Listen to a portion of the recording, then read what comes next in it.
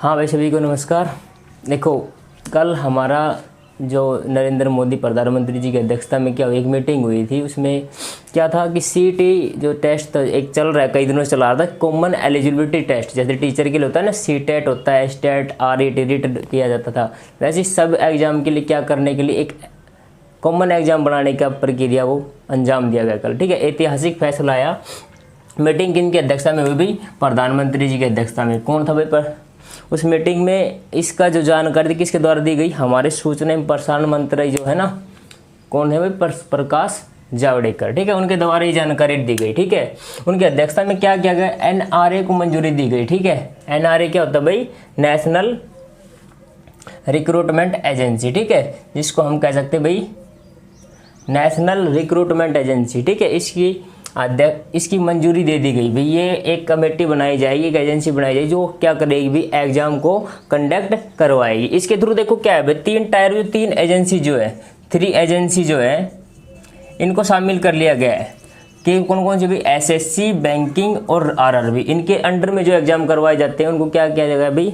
शामिल कर लिया गया है। स्टार्टिंग में इन तीनों को शामिल किया। जैसे एसएससी के अंडर में क्या करते हैं? एसएससी के अंडर में एमटेस हो गया, एसएससी एमटेस करवाती है। ठीक है, सीएचएसएल को हो गया, सीजीएल हो गया, जेई का एग्जाम हो गया। ठीक है, जैसे कि बैंकिंग के थ्रू में एसएससी, जैसे कि आईबीपीएस करवाता है भाई रीजनल बैंकों के लिए, या फिर जैसे कि बैंक पीओ हो गया, एसबीआई हो गई, ये बैंकिंग के एग्जाम हो गए। ठीक है, जिनके लिए क्या होता है, पहले प्री मेंस फिर इंटरव्यू ऐसे चलता है बैंकिंग के लिए। आरआरबी हो गया, आरआरबी के अंडर में मान लो आपके जो ग्रुप सी की जो पोस्ट हैं, कौन कौन सी हो गई भाई? स्टेशन मास्टर हो गया, या फिर आपका कम्युनिकेट अप्रेंटिस का हो गया, टीटी जो होते हैं, ठीक है, टिकट कलेक्टर जिसे कहते हैं, या टीसी जो होते हैं, उनको शामिल किया जाएगा। ठीक है, 3 एजेंसी को स्टार्टिंग में इसमें शामिल किया गया। भारत सरकार के अंडर में क्या है भाई, वर्तमान में 20 एजेंसियां जो है जो क्या कर रही है भाई, कंपटीशन एग्जाम को कंडक्ट करवा रही। धीरे धीरे इन 20 एजेंसियों को क्या किया जाएगा? अटैच, मतलब 20 एजेंसियों को इसमें जोड़ने का प्रयास है। लेकिन अभी फिलहाल कितनी है भाई? 3 एजेंसियां। कौन कौन सी? एसएससी बैंकिंग के लिए, और थर्ड कौन सी भाई? RRB, railway recruitment board. ठीक है, इनको शामिल किया गया है। देखो, ये जो टेस्ट होगा सीईटी जो होगा, कॉमन एलिजिबिलिटी टेस्ट, इसके एक वैलिडिटी रखी गई। जैसे कि मान लो आप सीटेट करते हो, जैसे कि टीचर बनना है आपको, तो पहले आप क्या करते हो भाई? या तो आप जेबीटी करते हो, ठीक है, या फिर पीआरटी के लिए आप बीएड, या फिर आपकी एमएससी जिसमें है आप। ठीक है, मान लो आपको पीजीटी बनना है तो आप एमएससी भी करोगे और बीएड भी हो जाएगी आपकी। ठीक है, और बीएससी बीएड है तो क्या करता है भैया? बीए बीएड है वो टीजीटी के लिए वैलिड होता है। ठीक है, तो सीटेट एग्जाम कंडक्ट करवाती है, तो सीटेट जो पास करता है वो ही उसके बाद जो पीआरटी के लिए वैलिड है, मतलब जो पीआरटी टीचर बनने जेबीटी वाला है, तो वो पहले सीटेट क्लियर करेगा, उसके बाद वो किस में जाएगा? अपना जो एग्जाम है, एक्चुअल एग्जाम जो पीआरटी के लिए वो देगा, उसके बाद वो टीचर बनता है। तो ये किस में क्या होता है भाई? जो रेसवाड़ी रहेगा, जो फालतू की, जो मतलब बिना पैसा ले दे कर ले काम। जैसे मान लो कई क्या होते हैं, स्कूल कॉलेज में नहीं जाते हैं, कॉलेज में नहीं जाते तो वैसे ही ले दे के डिग्री कर ली, तो वो डिग्री का फंडान रोकने खातिर करोगे इश्यू। जैसे कि मान लो एग्जाम में अपने हरियाणा में कल रख का फार्म भरा गया, स्टार्टिंग 20 लाख फार्म भर दिया गया, पेपर देने का कितना भाई? 4-5 लाख, बाकी कितना गया भाई? डी ग्रुप का फार्म भरा गया, 29 लाख के लगभग फार्म भरे गए। ठीक है, और 14-15 लाख पेपर भी देने गए एकदम से, तो क्या होगा था? हरियाणा स्टॉक होगा, स्टक रहेगा ना, क्योंकि पूरे रुक गए हम हरियाणा में पूरे सबकी तई, ट्रेन भी फुल, बस भी फुल, जगह ही ना मिल रही, और बस भी चला दी वे भी फुल। तो इसको रोकने के लिए भाई, जैसे कि फालतू की कचरेट ना जाए, एक बार में गैल छुट ले। ठीक है, तो इसके लिए क्या होगा? इसका स्कोर जो वैलिड रहेगा कितने साल तक रहेगा? 3 ईयर के लिए। ठीक है, अपॉर्चुनिटी क्या है? अपॉर्चुनिटी मतलब समझ रहे हो आप? अपॉर्चुनिटी मतलब कितने अवसर दिए जाएंगे कि आप कितने टाइम तक ये एग्जाम दे सकते हो। जैसे कि मान लो आप आईआईटी से ले लीजिए, आईआईटी जो है अपना देश का सबसे रेस्पेक्टेड इंस्टीट्यूशन है, इंडियन इंस्टीट्यूट ऑफ टेक्नोलॉजी। क्या करता है भाई? बहुत बेहतरीन इंजीनियर्स निकालता है। और यहाँ पर तो आपको पता है बड़ी बड़ी कंपनियाँ हो गई, गूगल हो गया, माइक्रोसॉफ्ट हो गया, फेसबुक हो गया, अमेजोन हो गया, ये आकर उनको हायर करके लेके जाती है, बढ़िया बढ़िया पैकेज देती हैं। 20-20, 40-40 करोड़ का पैकेज होता है उनका सालाना। तो वो क्या करती है? सिर्फ 2 ही टाइम देती है। आप एक +2 अपीयरिंग में, या फिर उसके बाद सिर्फ आपको 2 अटैम्प्ट मिलते हैं। जैसे कि आप मान लो यूपीएससी हो गया, यूनियन पब्लिक सर्विस कमीशन, आपको अगर आईएएस बनना, आईपीएस बनना, आईआरएस बनना, आईएफएस बनना है, जो भी आप बनना चाहते हो यूपीएससी के अंडर में एग्जाम होते हैं, उनके लिए आप क्या है, आपको वो आप 6th अटैम्प्ट दे सकते हो। कितने अटैम्प्ट दे सकते हो भाई? 6 अटैम्प्ट। 6 अटैम्प्ट के बाद आपको 7वां अटैम्प्ट वैलिड नहीं, आप भरो तो अब वैसे भरा नहीं जाएगा फॉर्म। 6 अटैम्प्ट आप दे सकते हो। और अटैम्प्ट पता है क्या माना जाता है? मान लो आपने फॉर्म भर दिया तो वो आपका अटैम्प्ट नहीं है फॉर्म भरना, आप परीक्षा में बैठते हो तो उसको अटैम्प्ट माना जाता है, ठीक है। यूपीएससी कहते हैं अगर आपने फॉर्म भर दिया, किसी वजह से आप पेपर नहीं दे पाए प्रीलिम्स का, तो आपका वो अटैम्प्ट काउंट नहीं किया जाता है, ठीक है। आपका वही अटैम्प्ट काउंट होता है जब आप प्रीलिम्स की परीक्षा में बैठ जाते हो। बेशक कर आप जी कुछ करकाओ चाहे मत करकाओ, कोई मतलब नहीं, लेकिन आप अगर बैठ गए तो वो आपका अटैम्प्ट काउंट हो जाता है, ठीक है। इसमें क्या भाई, अनलिमिटेड दे दिया गया है, जब तक चाहें आप तब तक दे सकते हैं। मतलब आप जितनी आपकी कैपेबिलिटी आपकी देने की, ठीक है, आप तब तक क्या कर सकते हैं, इस एग्ज़ाम को दे सकते हैं। और सरकार ने क्या कि 1 साल में इसको 2 बार करने की तैयारी में एनआरए को कहा है भाई, नेशनल रिक्रूटमेंट एजेंसी जो है इसको कहा है कि भाई आप क्या करो, इस एग्ज़ाम को 1 साल में 2 बार कराओ, ठीक है। 2 बार बच्चे निकलेंगे तो फिर उसके लिए 3 साल की वैलिडिटी होगी। तो मान लो अगर आप एक बार आपने किया, अगर आपको ऐसा लगता है 5th अटैम्प्ट के बाद की बात मेरे नहीं हो, तो आपको दोबारा सीट दे लीजिए, आपको दोबारा वैलिड हो जाओगी। इनका मेन टारगेट क्या है कि ये एसएससी, बैंकिंग, रेलवे, मान लो आप इसके लिए 3 एग्जाम देते थे प्रीलिम्स के, आपको एसएससी के अलग जाना पड़ता था, रेलवे के लिए अलग जाना पड़ता था, बैंकिंग के लिए अलग जाना पड़ता था, उनकी फीस भी अलग अलग होती थी। अब इनकी फीस एक हो गई, मर्ज हो गई, ठीक है, एक फीस हो गई, एक ही सेंटर हो गया, बस आप तीनों के लिए वैलिड हो जाओगे, ठीक है। ये इसका मेन मुद्दा है। बेनिफिट क्या होगा भाई इसका? बेनिफिट ये है कि भाई ट्रांसपेरेंसी आ जाएगी, पारदर्शिता हो जाएगी। मान लो क्या है, ग्रुप सी की पोस्ट है, मान लो कोई क्लैरिकल की पोस्ट है, मान लो किसी की, मान लो ग्रुप सी क्लैरिकल हो गया या डाटा एंट्री ऑपरेटर हो गया, किसी की पोस्ट हो गई ऐसे एटसेट्रा। वो पोस्ट मान लो आपने ली, क्या था, बीच में दलाल होते थे, ठीक है। वो दलाल क्या करते थे भाई, उसको ले लेते थे, ठीक है। दलाल जो होते थे वो करते थे भाई पैसे वगैरह देके काम करवाते थे। अब भाई कोई भी जब किसी को नौकरी मिल रही होती तो स्टार्टिंग पैसे दे देता, लेकिन अब पहले ये एलिजिबिलिटी टेस्ट करेगा। उस टेस्ट को करने के बाद क्या होगा भाई, उसको टेस्ट को करने के बाद ही आपको नौकरी मिलती। तो अब यहाँ पर पैसे देने का लफड़ा खत्म हो जाएगा, लगभग कुछ तो स्टॉप होगा भाई। तो ट्रांसपेरेंसी आ जाएगी, पारदर्शिता ही लाना इसका मेन मकसद था, ठीक है। किसी से जोड़ा गया भाई, एसएससी, बैंकिंग और रेलवे, देख लेना, ध्यान रखना, तीनों को जोड़ा गया स्टार्टिंग में।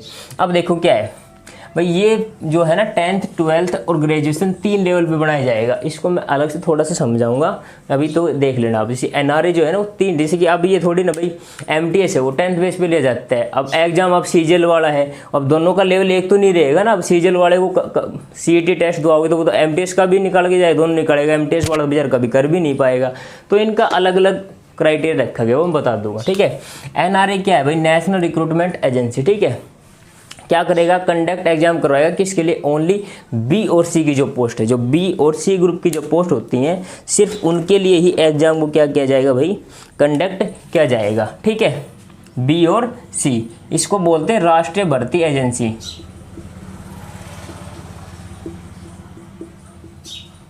हिंदी में क्या होती है भाई, ये राष्ट्रीय भर्ती agency, NRA, national recruitment agency, ठीक है। और ये क्या होगा, नॉन टेक्निकल पोस्ट के लिए, मीन्स टेक्निकल पोस्ट इसमें इंक्लूड नहीं होगी। टेक्निकल पोस्ट समझ रहे हो आप, जिसने आईटीआई की हुई है, डिप्लोमा किया हुआ है, वो पॉलिटेक्निकल से, तो अगर उनके लिए कोई टेक्निकल पोस्ट निकलती है, मान लो मैकेनिकल की हो गई, मशीनिस्ट की हो गई, या फिर इलेक्ट्रीशियंस की होगी, तो उनके लिए ये वैलिड नहीं होगा। सिर्फ किन के लिए वैलिड होगा, जो नॉन टेक्निकल होंगे, उनके लिए ही ये एग्जाम वैलिड होगा, सीईए, ठीक है।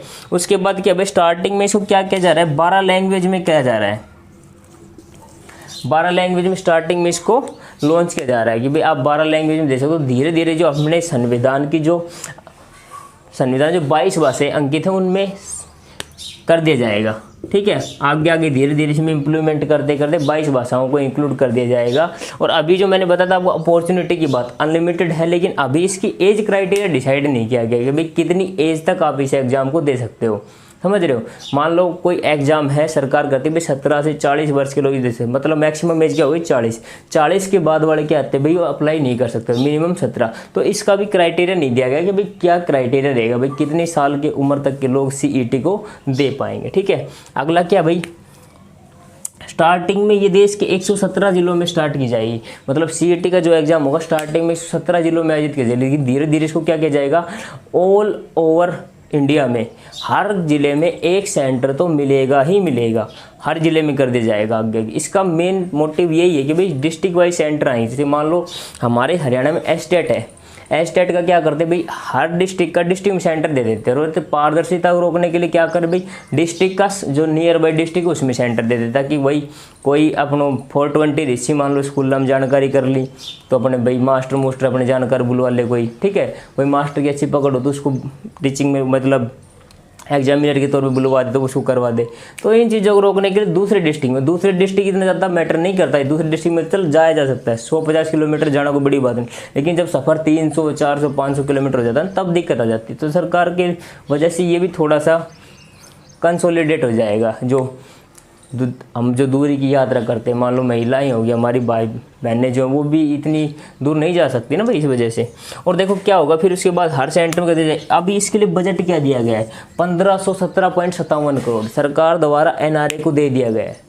जो नेशनल रिक्रूटमेंट एजेंसी, इसको 1517.57 करोड़ रुपए ऑलरेडी प्रोवाइड किए जा चुके। कहा है कि इनको 3 साल में आप इनको खर्च कीजिए, कहाँ लगाना लगाइए। हमें इस पर क्या चाहिए भाई, इम्प्लीमेशन चाहिए, हमें इस पर इम्प्लीमेंट चाहिए, ठीक है। इसको इम्प्लीमेंट करने के लिए काम जारी। अब मैं थोड़ा सा वो समझा देता हूँ आपको 10th 12th और ग्रेजुएशन वाला। देखो जैसा कि आपको पता है भाई, हमारे क्या होता है सीटेट का भी एग्ज़ाम दिया जाता है। सीटेट क्या होता है भाई, 7 ईयर के वैलिड होता है। वैसे हमारा देखो एस्टेट जो होता था वो 5 ईयर वैलिड होता था। अब इसको क्या कर दिया, बढ़ा दिया गया है। पिछले साल 2019 में इसको बढ़ा के क्या कर दिया गया है, 2019 में बढ़ाकर इसको 5 साल से 7 साल इसकी वैलिडिटी कर दी गई। मतलब अगर आप एक बार एस्टेट कर देते तो आपको 7 साल निश्चिंत हो, आप 7 साल तक आपको किसी भी प्रकार। अब देखो भाई, जैसे कि मैंने बताया था कि ये मान लीजिए एक व्यक्ति ए है, ये बी है, ये सी है, ये 10th पास आउट है, इसने 12th किया हुआ है और ये ग्रेजुएशन किया हुआ है, ठीक है।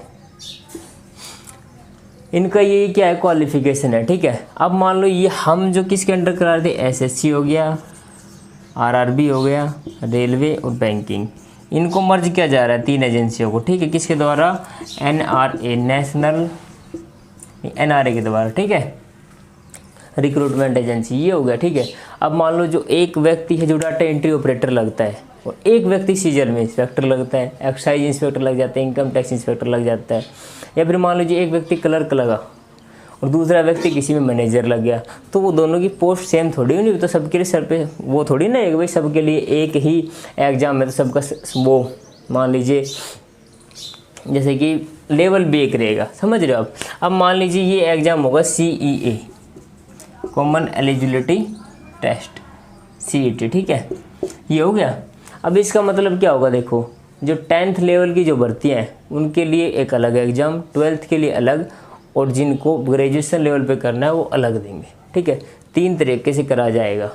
मान लो जिसको 10th पास है तो वो CET के लिए एक जाएगा और उनका लेवल एक रहेगा, ठीक है। CET में उनको 10th लेवल तक क्वेश्चन भेजे। अब मान लो सबके लिए, इन तीनों के लिए एक ही हो जाए, तो ग्रेजुएशन क्या हुआ बंदा, वो 10th वाले को क्या कंपटीशन रहे, बताओ। 10th वाला कुछ भी कम्पीट नहीं कर पाएगा इसको, इसने पढ़ाई 10th तक, वो ग्रेजुएशन का क्या बताएगा, बताओ आप, वो कैसे इस लेवल को पार करे। अगर मान लो इस लेवल के क्वेश्चन पूछे जाए तो ग्रेजुएशन वाला है वो कभी भी इसको टिक नहीं देगा, वो एक तरफा कर जाएगा। ग्रेजुएशन इसका लेवल कहाँ रहेगा बेचारे का।